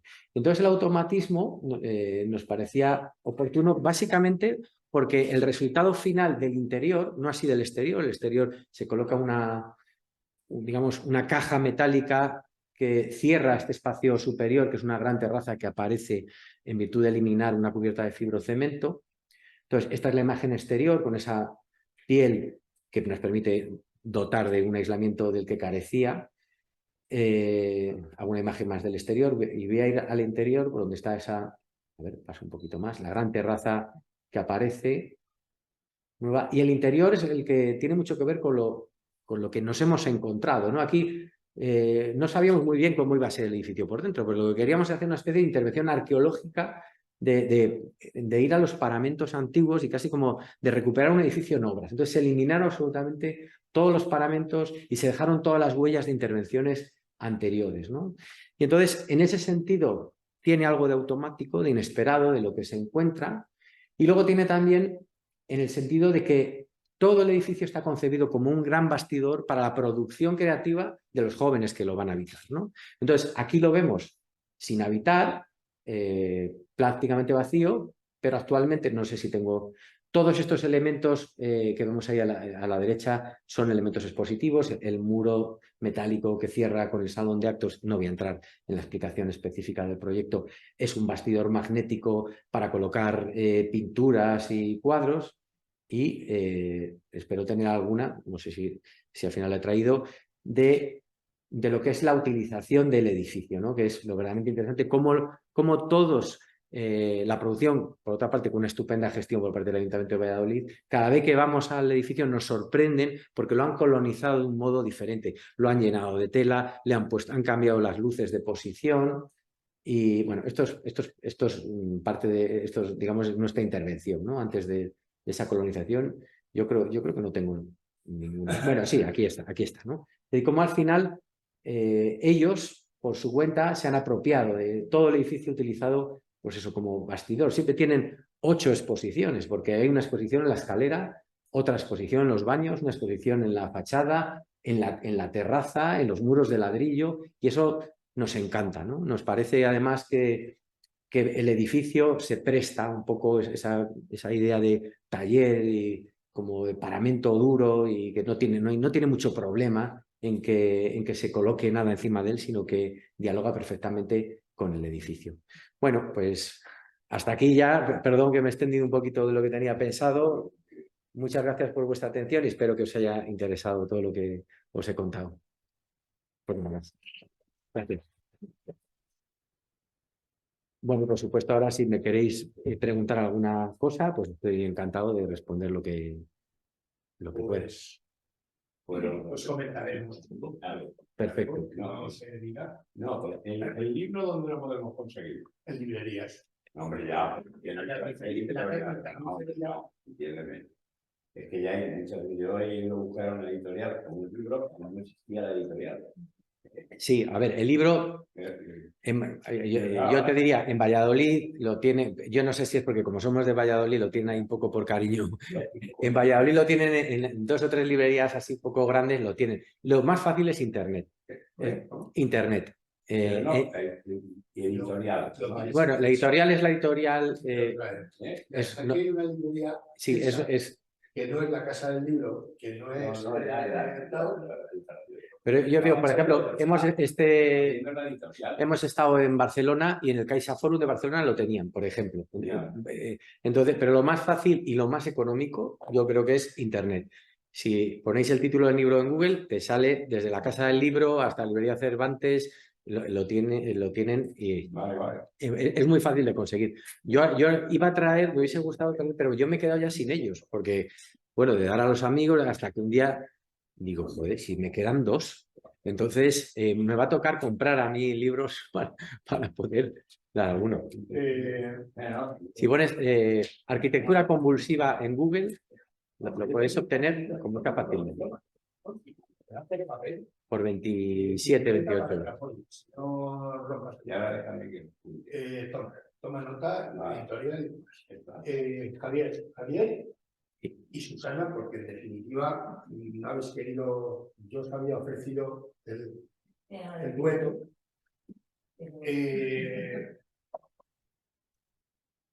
Claro, hay una parte que es extensa de mi intervención, el trabajo tuyo de investigación, surrealismo y la obra arquitectónica, primero proyectos y la obra vuestra, en la parte final, donde se está viendo formalmente lo anterior. Pero de la exposición que has hecho sobre la obra de el surrealismo con Haas,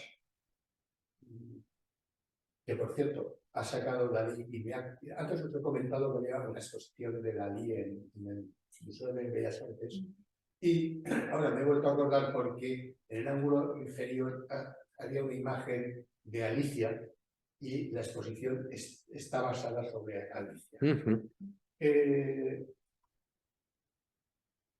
¿Ese antagonismo o no entre dos grandes maestros de la arquitectura, dos grandes maestros porque Kohlhaas ya lo es, de transición de final del 20 al 21 y Le Corbusier abarcando todo el 20 y su herencia, y hablando de surrealismo y del cadáver exquisito, Kohlhaas no quiere más, lo que pretende no es matar al padre. Puede ser también, es decir que él castiga a Le Corbusier en el año 78, en el libro de Dios New York, pero estamos hablando de una persona joven que después tiene un desarrollo profesional distinto y donde aparece Le Corbusier. De hecho, hay una tesis doctoral que vincula la relación de Le Corbusier o de toda la propuesta arquitectónica de Le Corbusier exclusivamente con la arquitectura de Aumont. Es decir que no sé si tanto como matar al padre, pero sí que es ineludible la influencia de Le Corbusier. Vuelvo al Kunsthal otra vez, que como vuelvo a decir, es casi como la Biblia, ¿no? de la arquitectura de Aumont. Es decir, encontramos todo, muchísimas cosas, tiene lecturas paralelas. El Kunsthal no hubiese sido el Kunsthal probablemente sin la Villa Saboya, o en la forma de recorrer la rampa central de la Villa Saboya, o otros proyectos de Le Corbusier. Es decir, que en la performance arquitectural está la promenada arquitectural de Le Corbusier revisitada, ¿no?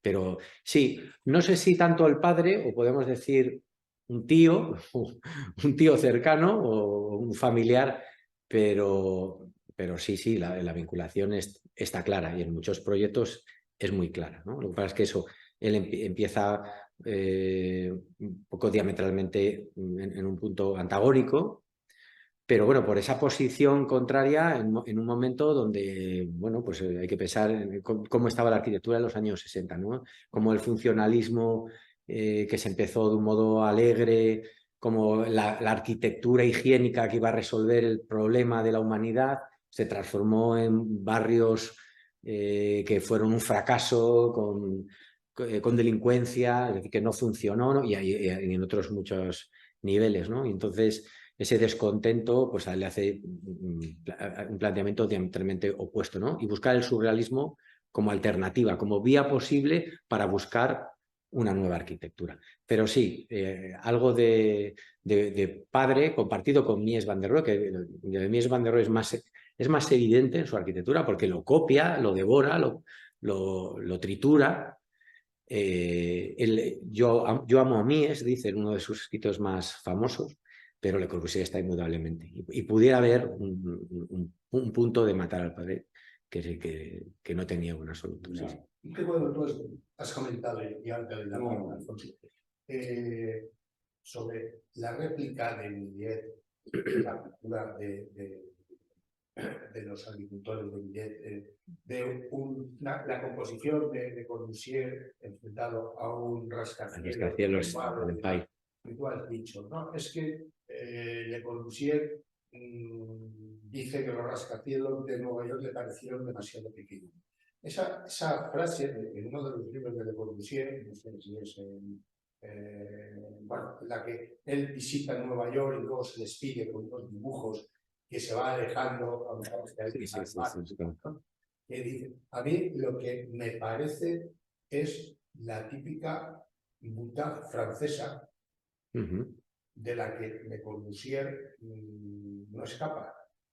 Y que si no es con esa frase de los rascacielos me parecen demasiado pequeños, lo utiliza en otras circunstancias o en otras frases de sus textos.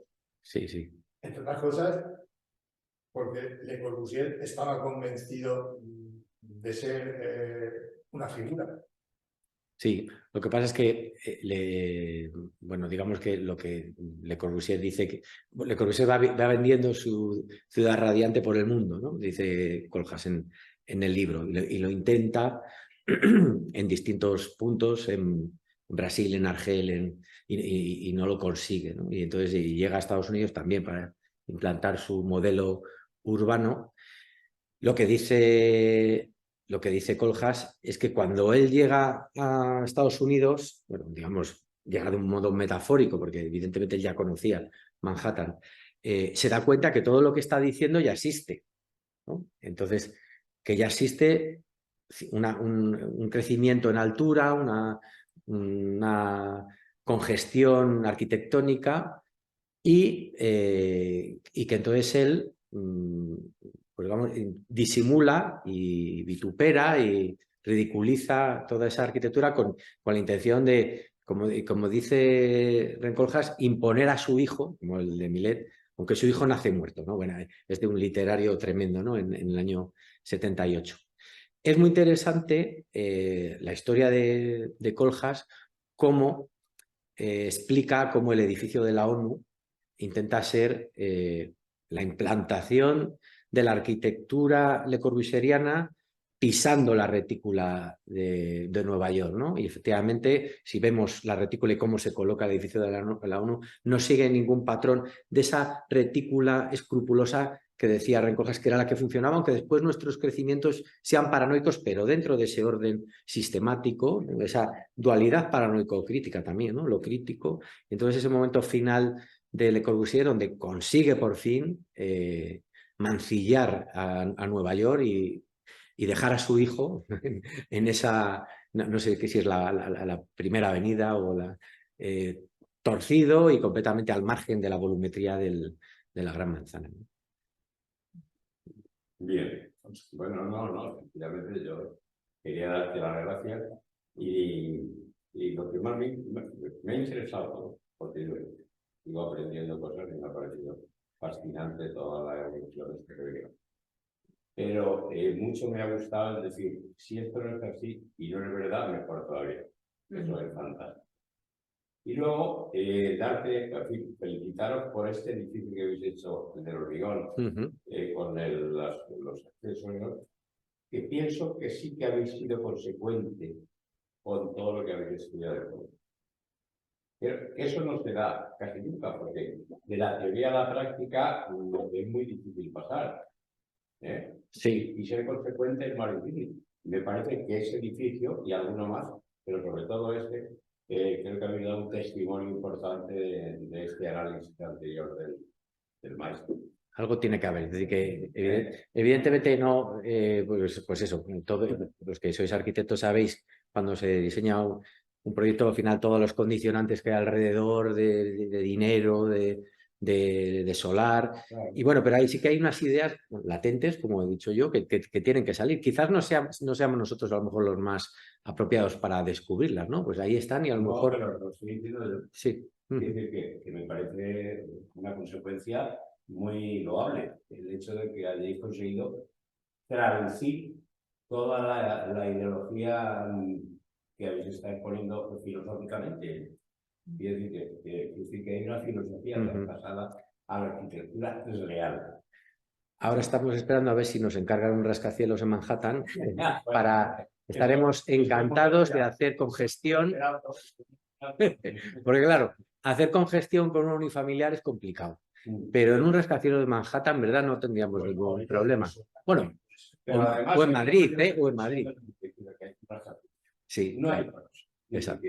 El anhelo que hemos tenido todos de hacer un rascacielos. Exactamente. Interminable. Y luego os comento una cuestión interesante. Si seguís un poco la evolución de la obra de Oma, ahora es muy dispar, precisamente porque Ren Koolhaas presume de haberse colocado en un segundo plano y haber dejado a los otros socios, partners de lo que es OMA Nueva York, OMA Europa, no sé si ahora están en Shanghái, están en 25 sitios. Claro, están donde está el dinero, donde está y donde está el trabajo importante y a gran escala, que es lo que están haciendo, ¿no? Y claro, ahora la arquitectura de OMA va por unos derroteros, edificios muy grandes, edificios un poco anónimos, a priori sin tanta riqueza como el OMA del Kunsthaus, ¿no? Pero sin embargo, como digo, Koolhaas, que es uno de los tipos más inteligentes que yo he conocido, por lo menos a nivel académico, es capaz de seguir siendo coherente con sus postulados iniciales, porque él lo que pretendía, y su relación con el surrealismo, decía, tenemos que ser megáfonos, estar ocultos, de una arquitectura casi anónima, pues eso, tipo, hablaba antes de Hilbersheimer. Y es que están yendo ahora a lo genérico, ¿no? A la arquitectura sin demasiado protagonismo en otros aspectos.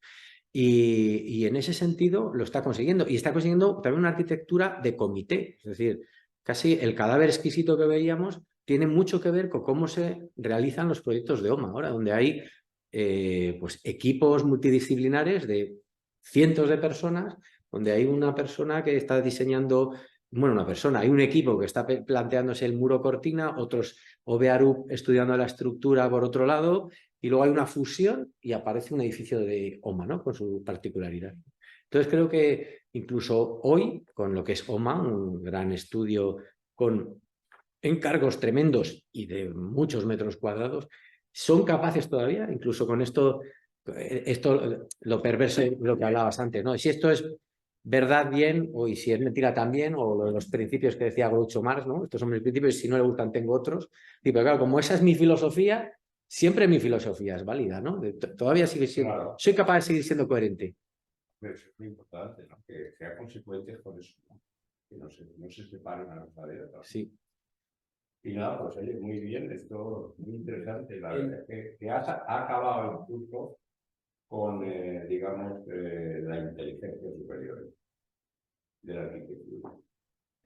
Dime, Quique. No, en serio. El surrealismo es que, bueno, lo primero que muchísimas gracias y me ha parecido súper bonito el discurso y la manera de vincular, ¿no? los conceptos que vienen del psicoanálisis con la obra de arte y con la obra de arquitectura, ¿no? Me ha parecido fascinante. Gracias. Y, a ver, el tema este del surrealismo, que claro que parte un poco primero de la pintura. Primero de la poesía y la escritura. De la poesía y la escritura, sí. Y luego pasa a la pintura, sí. Claro, yo ya sintetizando un poco en la obra de Oma, de Koolhaas, en los inicios, él parte mucho, además de la pintura, parte mucho de la fotografía, ¿no? Y del fotomontaje. Sí, también. Bueno, de la fotografía, él es un gran fotógrafo. Claro, no he hablado de muchos aspectos en estas fases preliminares.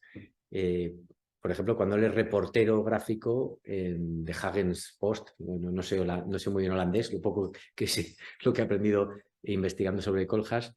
Entonces, ahí tiene una labor gráfica interesante, una producción fotográfica ya donde se adivina, ¿no? Que va un poco más allá de lo que es sacar fotografías que transmitan una información y donde tiene posibilidad de entrevistar a gente importante. Es decir, sí que la fotografía es una primera de sus herramientas. Y luego también la literatura. Él también escribe de joven. Es un tipo muy precoz, ¿no? Muy precoz, y esa precocidad también te hace separarse de los canales habituales de formación. Esto pasa, por ejemplo, siempre decimos con los típicos niños superdotados que van mal en el colegio, ¿no? Está muy asociado, ¿no? Los que somos normales, pues más o menos vas tirando para adelante, ¿no? Y esto yo creo que le pasa un poco a él, que es un tipo muy inteligente y interesado. Sí, sí, totalmente. En cierto momento amenazó con meterse en la política, era ya lo que le hubiese faltado. Yo es que leí que en esos años, como en los comienzos, se juntaba con artistas de Rotterdam. Sí, sí. Y había un fotógrafo en particular que fue Berleman, Hans Berleman. Sí, Hans Berleman. Sí, que yo creo que he puesto una foto. Que ha acabado siendo un fotógrafo de obra de... Sí, yo creo que la fotografía de Dalí del huevo es suya, creo recordar, sí. Y creo que al principio utiliza estos medios visuales para fundamentar su discurso, ¿no? El retoque, el fotomontaje, sacando alguna fotografía, una maqueta, como también hay mecanismos digitales para hacer buenos renders, y cómo a partir de imágenes, de maquetas y de cosas muy básicas, va fundamentando un discurso y una estructura que va materializándose en arquitecturas reales, pero que parten muy de esas experimentaciones, ¿no? Sí, sí, sí. Sí, así es, totalmente de acuerdo.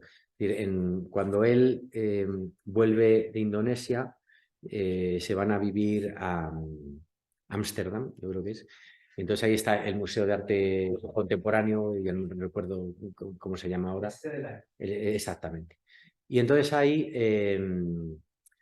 hay un momento de gran creatividad en el museo y de muchas actividades culturales para jóvenes. Entonces se forma un grupo donde ellos van, no sé si van todos los lunes, y es donde empieza a conocer, pues por aquel entonces, pues eso, todo el arte conceptual que empieza a ser importante en esta época. Sobre todo, él habla en alguna entrevista de Yves Klein como la gran figura del arte conceptual que les enamora a todos, y pues eso, Piero Manzoni y toda esta gente, ¿no? Y entonces, efectivamente, tiene ahí como una formación particular suya sobre todo el arte contemporáneo que llega hasta estos días, ¿no? Y entonces que utiliza como herramienta todos esos conocimientos, pero luego también, aparte de estas herramientas propias, la figura de Brissendorf es fundamental también, ¿eh? O sea que, es decir, que él dibuja fatal. O sea, Rencoljas, no, seguro que habéis visto dibujos de Álvaro Siza, estoy acordándome, dibujos de Le Corbusier, millones, todos los conocemos, de Álvar Aalto, hay arquitectos que han dibujado muy bien y arquitectos que han dibujado mal. Rencoljas no dibuja bien en absoluto, es decir, yo tengo dibujos suyos, de hecho, es su gran problema cuando va a la Architectural Association, que está a punto de abandonar, también, un fracaso más. A esto estuvo, si no le coge de la oreja Zengelis, le dice, vente a mi unidad, que yo creo que conmigo vas a funcionar mejor, pues porque sus proyectos, claro, cuando llega llega en el 68, se lo recomienda Van Eyck, que hablábamos, Aldo Van Eyck, habla con Aldo Van Eyck y le dice, ¿dónde puedo estudiar arquitectura? Dice, pues vete a la arquitectura, que son 4 años, lo más rápido, claro, ya es que eres mayorcito, ya no tienes 18, y entonces se va, viene de una familia que le permite irse a la Architectural Association, que la matrícula cuesta una pasta, y vive en Londres, no sé si era barato en el año 68. Tiene pinta de que no, ¿no? Pero entonces, él entra en la carrera en un momento donde es arquigram, el mundo arquigramesco y del alarde plástico. Claro, claro. Sí, pero él no tiene esa habilidad, plástica como Arquigram, Arquizum, toda esta gente que se fundamenta mucho en su capacidad de expresión plástica, porque luego no construyen nada, ¿no? Es toda una propuesta plástica y creativa a nivel de papel. Y entonces sus proyectos son monocromos, sus proyectos son literarios, básicamente, historias.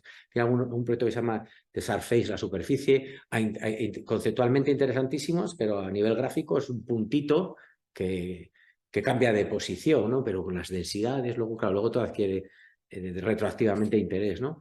Y está a punto de abandonar, lo que pasa es que tiene una novia pintora que le echa una mano en toda la parte gráfica que empieza a incorporar y que, animado por Zengelis, que le dice, vamos a ver, tus proyectos son muy aburridos y son interesantes desde el punto de vista de la idea. Pero, joder, tu novia tiene una capacidad, pues, ¿por qué no hacéis colabore contigo, ¿no? Ella está estudiando arte también en Londres con él y entonces empieza a incorporar los collages y las acuarelas de Madelon Brissendorf en sus trabajos académicos, sobre todo en la parte final. Y ya entra en la unidad, no me acuerdo si es la unidad 6, me parece que es la de Elia Zengelis de último curso, y ahí está el cambio, ¿no? Ya, todo lo que es el proyecto de Berlín, el muro de Berlín, que es de la parte final de la carrera, y el de Exodus, que es su fin de carrera, está documentado todo, en principio, por Madelon Brissendorf entero. Y luego ya después, cuando lo transforman para la revista Casabella, que ganan un premio, ya con Zoe Zengelis, que es la otra pintora que se incorpora. Vemos que eran, claro, de 4 que conformaban OMA, de 4 había 2 arquitectos y 2 artistas plásticas. Eso va buscando el equipo. Sí, va buscando el equipo. Siempre equipos en los que la parte visual, la parte es importante. Totalmente. Primero con la pintura y luego con los fotógrafos, ¿no? Exacto. Y luego después, con más aportación, trabaja con todos los proyectos y se investiga. Cada proyecto de OMA es un equipo multidisciplinar interesantísimo, donde entra gente muy dispar, artistas gráficos. Estoy pensando ahora en Petra Bles, que es su pareja actual. Él se separa de... Esto ya entramos un poco en el lado... Claro, claro.